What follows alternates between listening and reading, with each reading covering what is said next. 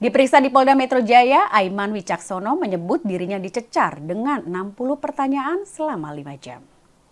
Pemirsa, usai diperiksa oleh pihak penyidik di Polda Metro Jaya pada Selasa 5 Desember, Aiman Wicaksono mengaku ia dicecar secara maraton dengan 60 pertanyaan dalam waktu 5 jam lebih. Aiman diperiksa sebagai saksi terlapor atas tudingan aparat tidak netral di pemilu 2024. Usai diperiksa, ia pun menyampaikan pesan untuk masyarakat agar tidak takut untuk bersuara. Lebih lanjut, ia juga menyebut apa yang ia lakukan tidak berdiri sendiri, melainkan ada bukti-bukti pendukungnya.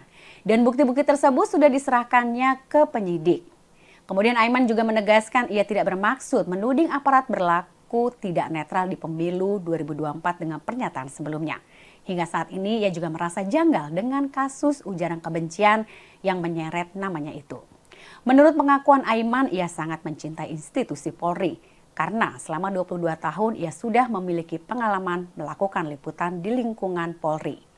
Selanjutnya, Aiman pun berharap terkait informasi yang ia dapat soal netralitas aparat tersebut diharapkannya adalah salah. Pasal ujaran kebencian terhadap Sarah ini punya konsekuensi hukum yang tidak ringan, di atas 5 tahun penjara ancaman pidananya. Dan pada saat saya konferensi pers itu jelas saya mengatakan bahwa saya mendapatkan informasi ABC ya bla bla bla, dan di ujungnya saya sampaikan bahwa mudah-mudahan informasi yang saya terima ini salah. Ini artinya memang untuk mengingatkan, bukan bicara untuk memfitnah, menyebarkan kabar bohong dan sebagainya. Ya. Jadi sekali lagi ini bagian dari demokrasi untuk mengingatkan.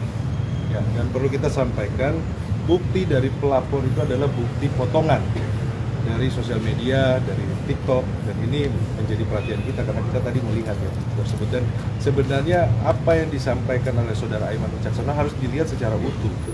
Dan harus dilihat secara utuh karena di akhir saudara Aiman menyampaikan mudah-mudahan informasi ini salah gitu. Dan sebenarnya ini biar diketahui oleh publik dan ya publik yang menilai lah. Kan kita tahu bahwa beberapa sebelum itu Pak Kapolri mengeluarkan tekad terkait peserta pemilu itu kan dijalankan dalam proses hukumnya.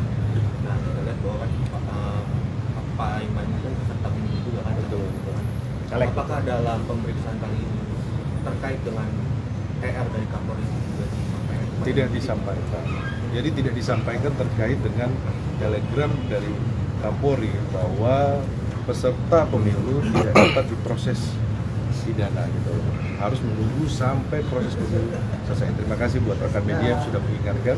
Harusnya ini menjadi catatan khusus ya bahwa apa yang menjadi PR atau menjadi apa yang menjadi undang-undang atau apa itu harus dihormati lah. Jadi kita aturan main itu kita harus jaga bersama. Mas, tadi kan disebutkan kalau Mas Aiman itu mendapatkan informasi terkait oknum ini ya. Ini kalau boleh tahu, boleh nggak sih disampaikan oknumnya? Saya pikir ini adalah proses hukum dan teman-teman yang tadi kita sampaikan di awal bahwa Mas Aiman Wicaksono tidak berdiri sendiri, disampaikan. Jadi ada bukti-bukti juga, itu bukti-bukti itu yang kita sudah serahkan kepada penyidik. Berarti nggak valid, belum valid juga ya, mudah-mudahan salah ya kata Mas ya? Ya, itu kan ada pernyataan kan di akhirnya mudah-mudahan salah. Dalam konferensi pers itu ya, saya sampaikan artinya itu sebagai bahan pengingat ya, untuk kemudian ditindaklanjuti oleh pihak-pihak berwenang. Kan itu harapannya. Ya. Termasuk juga saya ambil juga dari beberapa media ya, media Indonesia ya, yang pada waktu itu saya jadikan salah satu rujukan.